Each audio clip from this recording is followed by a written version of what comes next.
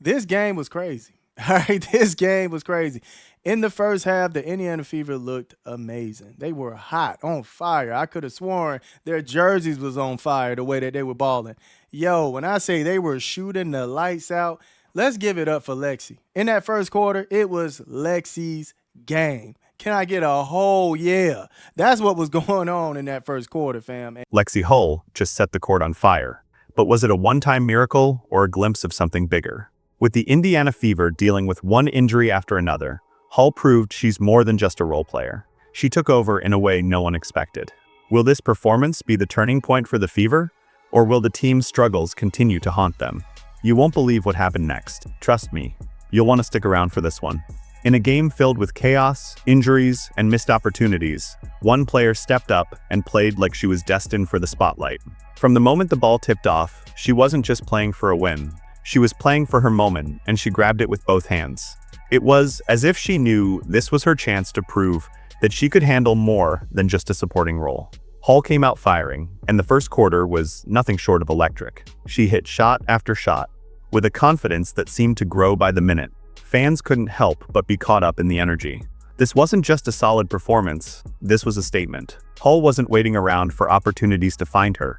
She was creating them, driving the offense, and making defenders look helpless in her wake. But here's the twist. Despite all the odds stacked against her injuries, a depleted roster, and the weight of having to fill in for some of the team's best, Hull played like she had nothing to lose. And let's face it, but we're right there. So I think we can head into Sunday's game with a little bit of confidence on competing against anybody. when a player with something to prove steps up like this, the results can be jaw-dropping. Her performance didn't just lift her team, it left the entire league wondering if this was the start of something bigger. So here's the real question. Was this the breakout game that will define Hull's career, or will it fade away as a one-time miracle? That's what we're diving into next. Stick with us, because you're going to want to see how this game unfolded. Before we dive into Hull's explosive performance, let's set the stage for just how dire things were for the Indiana Fever. The team was already battling the effects of injuries, with 6 players sidelined. Caitlin Clark, Sophie Cunningham, Sydney Colson, Ari McDonald, Chloe Beebe, and Odyssey Sims. That's a lineup decimated by misfortune, leaving the Fever with a skeleton crew and very little room for error. The defense was there. The hustle was there. I liked everything about what was going on in the first quarter. They were just outplaying the Lynx. They looked really good, right? And then we get to that second quarter. The second quarter, I loved how the entire team turned on fire. I mean, they were on fire, scorching, heat. Injuries like these can destroy a team's rhythm and morale, but the Fever had to keep fighting. With some of their best players out of the picture, Indiana's depth was tested to the limit. The already thin roster was stretched even thinner, and every game felt like a makeshift operation.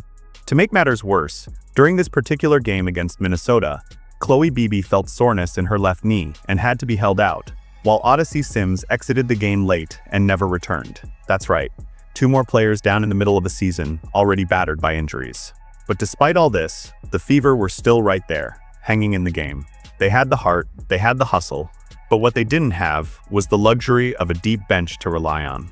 Instead, they had to lean on players like Lexi Hull, who would soon prove she was ready to carry more weight than anyone expected. So, with half the roster on the sidelines, it was clear this wasn't just a game, it was a test of character. Could the Fever find a way to win, despite everything falling apart around them? And more importantly, could one player step up and seize control in the midst of such chaos? Well, let's find out. As the game tipped off, it didn't take long for it to become clear. Lexi Hull wasn't just playing to stay afloat.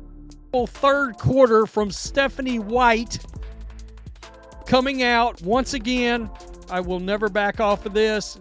If you come out flat in the third quarter, if you give up leads in the third quarter, I'm going to question you as a coach. Because what is it are you doing at halftime? It's clear. What happens is the team that's down goes in, they make adjustments at halftime. They come back out. They apply those adjustments.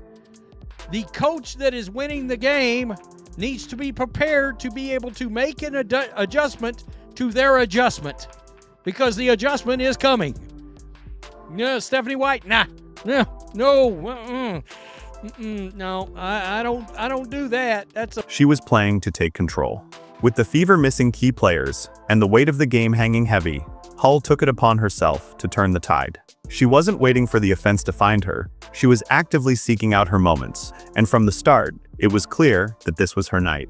Hull's first few shots were clean, smooth, and confident. She moved with purpose, cutting sharply through the defense, creating space, and looking for opportunities to strike. But what set her apart wasn't just her scoring, it was the way she commanded the floor. Every time she touched the ball, it felt like something was about to happen. It wasn't luck, it was skill and sheer determination. What's more impressive is how she seemed to shrug off the pressure of playing in a depleted lineup. The absence of so many teammates could have been a heavy weight to carry, but Hull played as if she didn't even notice. Instead of backing down, she leaned in. It was almost as if she understood the magnitude of the situation. If the Fever were going to have any chance in this game, it was going to be on her shoulders. Her confidence was contagious. As she scored, you could see it ripple through her teammates. They started playing with the same fire, feeding off her energy. Hull didn't just play well. She made everyone around her believe they could win. From the bench to the court, you could feel the shift. Lexi Hull had taken charge, and the Fever were now playing with the kind of energy that could flip the momentum in their favor. But this wasn't just a fluke run. This was a complete performance that left everyone watching wondering, is this the new Lexi Hull? Could she be the player the Fever had been waiting for? By halftime, it was clear Lexi Hull wasn't just having a good game. With 18 points on the board, she was already putting up numbers you'd expect from a seasoned star like Kelsey Mitchell or Caitlin Clark. Not a player who's often left to fill in when the team is in trouble. And let's be real, this wasn't just a matter of scoring. Hull wasn't racking up empty stats or padding her numbers when the game was already out of reach. No, every shot she made was crucial. Every move she made mattered. In the first half, Hull wasn't just scoring, she was taking control of the game.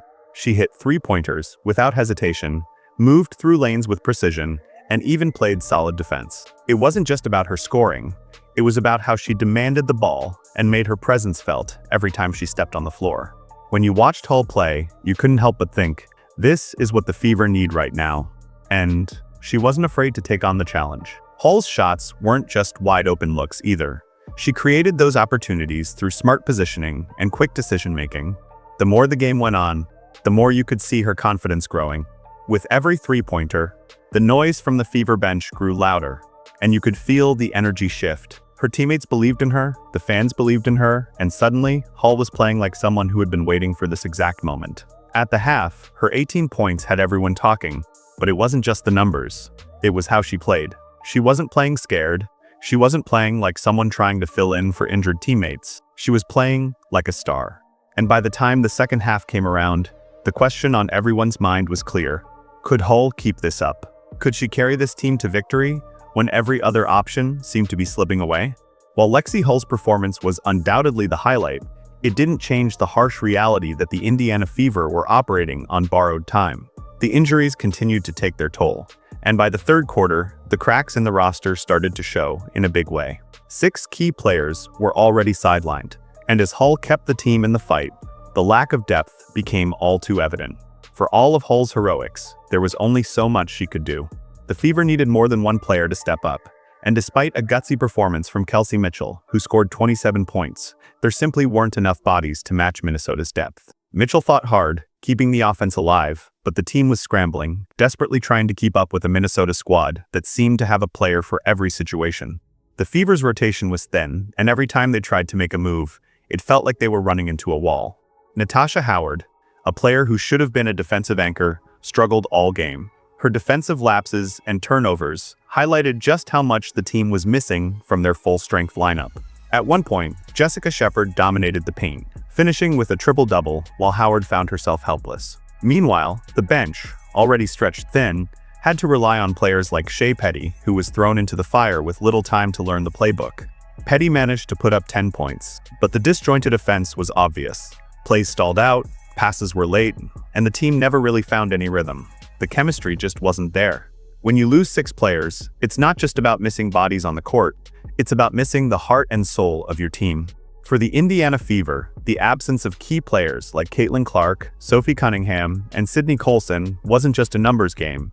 It was a complete disruption of the team's balance. Each player missing had a specific role, and with no one to fill those shoes, the Fever were left scrambling, trying to keep the ship afloat with limited options. Caitlin Clark's absence has been a massive blow. She's not just a top scorer. She's the playmaker, the one who initiates the offense and sets the tone for the rest of the team. Without her, the Fever struggled to create fluid plays, leading to disjointed possessions and missed opportunities. With Clark sidelined since July 15th, Indiana's offense had to adapt on the fly, and it was clear they were still trying to find their footing. Then there's Sophie Cunningham, who is known for her defensive prowess and ability to space the floor with her shooting. Without her, the Fever lacked both defensive intensity and the ability to stretch the floor offensively. They couldn't generate the same level of pressure on defense or spread out the opposing team, which is a crucial part of their game plan. With so many key pieces missing, the team's depth was stretched to the limit. What should have been a team effort turned into a desperate attempt by a few players to make up for what was lost. The cracks were starting to show, and as the game wore on, it became clear that the Fever's lack of depth was a serious problem they couldn't overcome on this night. Injuries, it turns out, aren't just about missing players. They're about missing the foundation of a well-balanced team. Without these key pieces, the Fever couldn't execute their game plan, and it was only a matter of time before the pressure became too much to handle. If there's one thing that's haunted the Indiana Fever all season, it's their inability to keep up the momentum after halftime. And in this game against Minnesota, that painful pattern continued. The Fever entered the third quarter with a solid first-half performance that had fans hopeful. Lexi Hull's scoring spree had them within striking distance, and Kelsey Mitchell's steady leadership kept them in the game. But all that promise evaporated once the third quarter tipped off. Minnesota, as they always do, made adjustments at halftime. They spread the floor, began attacking the basket relentlessly, and used their depth to overwhelm the Fever. And the result? A 32-7 scoring burst that completely flipped the game on its head. The Fever, meanwhile, seemed stuck in the mud, unable to adjust to the changes that Minnesota had made. The third quarter collapse wasn't just a missed opportunity. It was a microcosm of everything that's gone wrong for Indiana this season. And until they figure out how to make the right adjustments and maintain their composure after halftime, this trend will continue to haunt them. While Lexi Hull's breakout performance was the bright spot of the game, the reality for the Indiana Fever was that they needed more than one player to step up. As impressive as Hull was, the team's success couldn't hinge on her alone, especially with so many key players missing. There were moments where others could have risen to the occasion, but instead, missed opportunities and passive play left the Fever hanging by a thread. Kelsey Mitchell did her part, dropping 27 points and dishing out 5 assists. She kept the offense alive when things were starting to get out of hand. Every time Minnesota seemed to take control, Mitchell was there, fighting back, hitting clutch shots, and playing with a level of intensity that showed her leadership. But even Mitchell, who has been the team's go-to scorer in Caitlin Clark's absence, couldn't carry the load by herself. Then there's Aaliyah Boston. Statistically, she finished with 15 points and 6 rebounds, but for long stretches, it felt like she wasn't even on the floor.